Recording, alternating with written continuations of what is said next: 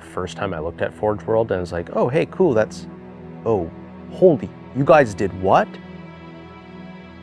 There's just way too much. You can't keep it all in your head at once. It was so beyond our production capability. We were just like, that's crazy. We can't do that.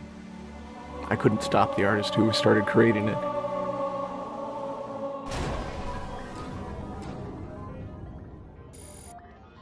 Forge is our editing tool that players can build their own maps. I mean, at its core, it's a map editor. We always had this vision right from the get-go, which is anyone can build anything.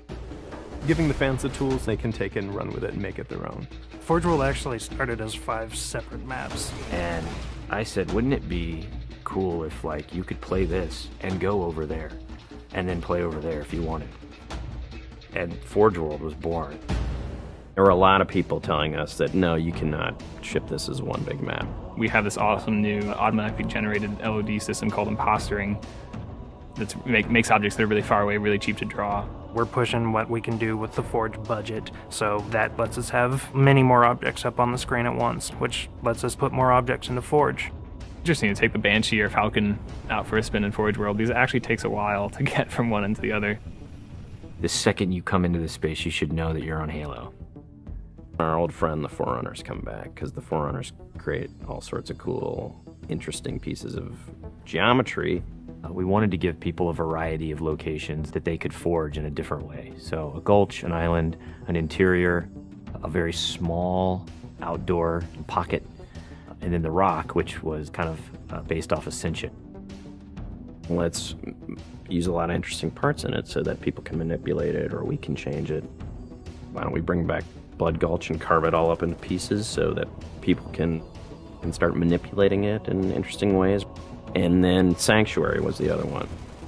The Cage and Paradiso, that's just Chad and I playing with a map editor and actually building cool maps within Forge World. I mean, we were doing that exactly how the fans would do that. we definitely looked at what we did in Halo 3 and said, what can we learn from this? It's one thing to build just a stunning amount of map variants, but like nobody was expecting Forge art, I don't think. Like that was just a completely, whoa, what? The Rube Goldberg machines, yeah, those are everywhere. In Halo 3, it was cool that you could move things around, but it was still kind of clunky. And we're like, we have to make this better. What are some of the tricks that the community is using, and how can we make those not be tricks and just make those be tools? We took that stuff and made it like a real feature. There's normal, phased, and fixed. So normal is like Halo 3 style, you know, it bumps into stuff when you let it go and it falls to the ground and moves around and stuff. And fixed is the same thing, except when you let it go, it stays exactly where it was. And then phased is the coolest because it means that while you're editing the object, it's not actually interacting with the environment.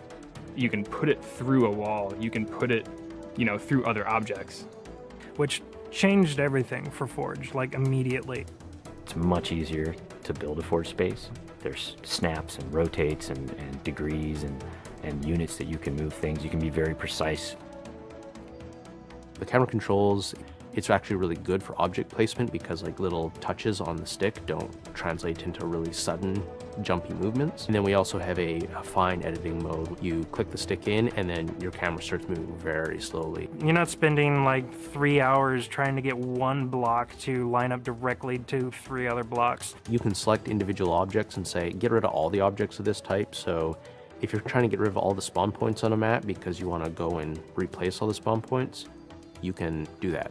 You can do custom colors. You can take these Forge pieces and say, hey, that's blue. So the blue base can truly look like the blue base. Reach's expanded sandbox includes new things like, you know, jetpacks. And if people want to build some sort of 3D map and really make use of the jetpack, they can do that now.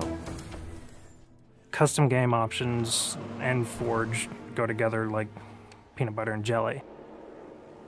You're able to do things with game types that people might not even expect. My favorite example is King of the Hill, where the warthog is the hill. I'm super excited to see what people do with it when it goes out, because there's so much crazy stuff in there that's amazing. We are shipping maps on the disc that we made in Forge ourselves. So The tools are there. If you have the time and the talent, you can make it. The community is just going to outstrip us and spank us.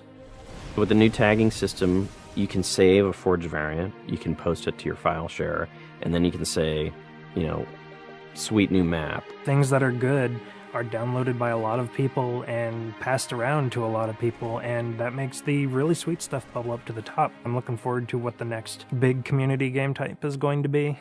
We realized that Reach was our swan song to Halo, and what better way to do that than to let people do what we've been doing all along, which is creating new cool maps. It's nice to go out with a bang, and this is a pretty big one.